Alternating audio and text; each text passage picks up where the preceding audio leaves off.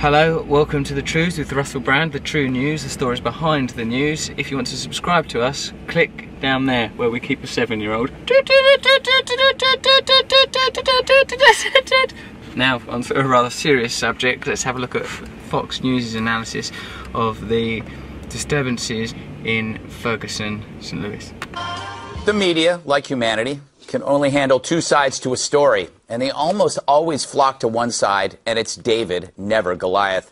Yeah, now, when you look at the Bible, you think, hang on here, should we revise this clearly allegorical story of David and Goliath? What about Goliath, the hapless, lovable giant? Goliath's clearly there to demonstrate oppressive power, isn't he? It's a side dictated by decades of pop culture deeming what's cool and what isn't. It's not about what's cool and what isn't.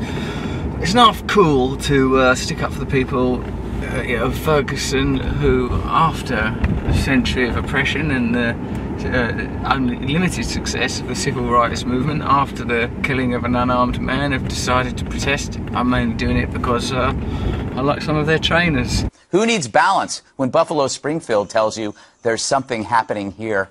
But there aren't two sides to Ferguson. There are lots, or at least four.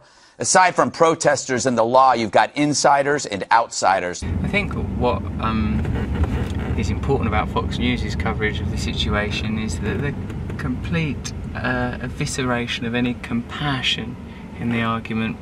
I yesterday went on a few drugs raids with the Metropolitan Police Force, and first of all, the police in this instance were, I found, very humane and personable, but when the raids themselves were carried out and people got their doors bashed in and people that were addicted to drugs were arrested, even though drug use is still against the law in this country, you couldn't help be struck by the absence of compassion at a systemic and legislative level. The outsiders arrive like moths to a flame, and the flame is any camera.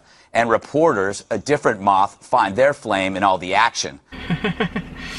Moths. Moths are a weird thing to keep going on about. I hope you don't mention any more of them. Al Sharpton, a moth, has never met a spotlight he didn't like. More moths? He thinks everyone's moths. Al Sharpton has got a long history of being involved in civil rights issues for the African American population. The media, I've got an obligation to film events. I mean, Fox News have probably sent cameras. Then our own moths went there. Then little moths went round those moths. And then there was some moths that were so Hey, am I a moth? Freddie's Fashion Mart, Tawana Brawley, Crown Heights. The pain and suffering of others is a small price to pay for his stardom. The nerve for Fox News sometimes, because like pain and suffering, it's the lifeblood of their channel. There's no one so disadvantaged, so oppressed, so terribly wronged that Fox News can't get some mileage out of further exploiting or condemning them. Which is why you must always keep in mind those who are left behind, because once these outsiders leave, the only people left are those who can't. Shop owners don't happily return to their Huffington Post podcast. They're repairing windows and displays. It's interesting as well that they have sort of this sort of the minutiae of compassion when it comes to representing their argument, and the complete lack of empathy on the opposition side. Empathy is only really a value when considering the opposite side of the argument. It's pretty clear it's come about because of an economic imbalance, racial imbalance, lack of power among a community, and underrepresentation of people's needs. Jason Riley, editorial board member of the Wall Street Journal and author of the book, Please Stop Helping Us, How Liberals Make It Harder for Blacks to Succeed. That's like a Simpsons, Please Stop Helping Us. Author of the book, I am a convenient African American who will betray my racial roots for Fox News. Jason, what about the president's comments and how this all fits together?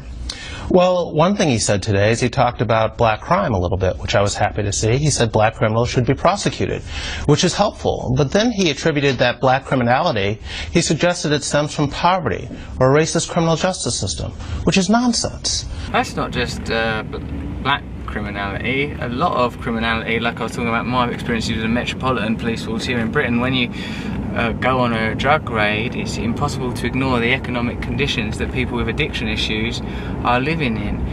And much has been made of Michael Brown having marijuana in his body. A lot of people, regardless of their background and ethnicity, obviously smoke marijuana, but you can't exclude every aspect of the argument except for the aspect of the argument that makes you right.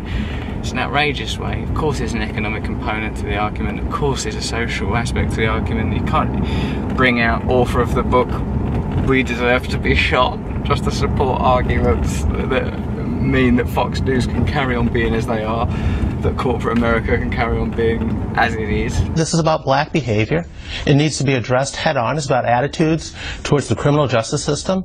People don't spontaneously have an attitude to a criminal justice system, like same way as you might not have an attitude, for example, to your dishwasher. Like, if your dishwasher doesn't do anything except wash the dishes, you won't just suddenly one day go, "It's really unjust, that dishwasher, the way it keeps shooting unarmed black men." The attitude is as a result of action. What else could it be? In these neighborhoods where young black men have no sense of what it means to be a male or what it means to be black, and he needs to talk about that head on, not dismiss it as a product of poverty or racism, which is a dodge. That's out of control.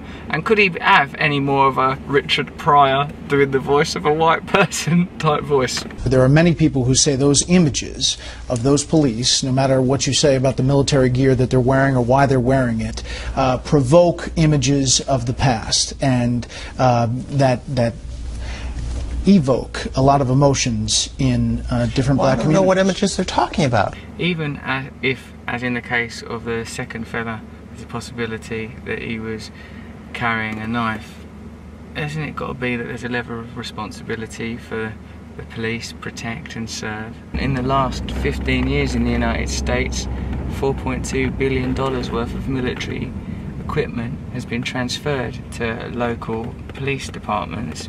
If you've seen footage of what's happening in Ferguson, it does look like a terrifyingly militarized spectacle. But there's also this false narrative being pushed out there by folks like Michael Eric Dyson and Sharpton and the rest of the hustlers, is that black men live in fear of being shot by cops in these neighborhoods. That too is nonsense. Hardly any black men get shot by cops in Ferguson. What an unreasonable and unrealistic fear from them hustlers. I know something about growing up black and male in the inner city, and it's not that hard to avoid getting shot by a cop. They pull you over, you answer their questions, you're on your way. Just bow down to authority at every possibility. Never confront injustice. Keep your mouth shut. Why not write a book called "Kick Me in the Ass" all day long? I'll do as I'm told. The real difficulty is not getting shot by other black people if you are a young black man in these neighborhoods. And again, that is something we need to talk about more. Cops are not the problem. I think cops are the problem in the situation where cops have shot people, surely. That's not cops. Those are other black people shooting black people. He's getting a lot of work, of course, because it's not often that you can find someone willing to take such a freakish stance. This whole idea that, you know, the police don't value black lives, or America doesn't value black lives. What about these black thugs and the value they place on black lives given the crime statistics? I mean, we're here in New York tonight. 25% of the population is black, but 2/3 of the violent crime is perpetrated by blacks. 97% of shootings are in low-income black neighborhoods. Blacks are pulling the triggers. Blacks are at the other end of the gun. Where's the condemnation of black value of black lives in these communities? I imagine he lives in a white neighbourhood, that fella. Or, I mean, where would you find support? I'm a white person. I'm outraged almost racially by this sense of betrayal. What they need to hear from this black man in this position, the nation's leading law enforcement official, is that they need to stay out of trouble with the law. They need to pull up their pants and finish school and take care of their kids. That is the message they need to hear from black leaders and people in positions of authority like Eric Holder and Barack Obama.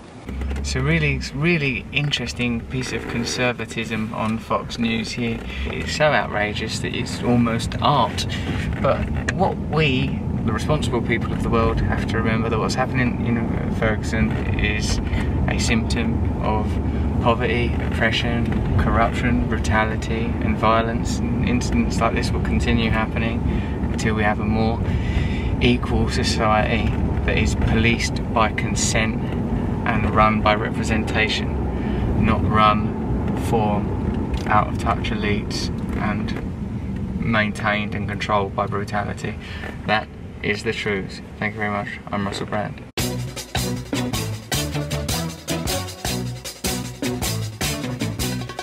Nose is a tool that is abused to fool you and to leave you scared and confused.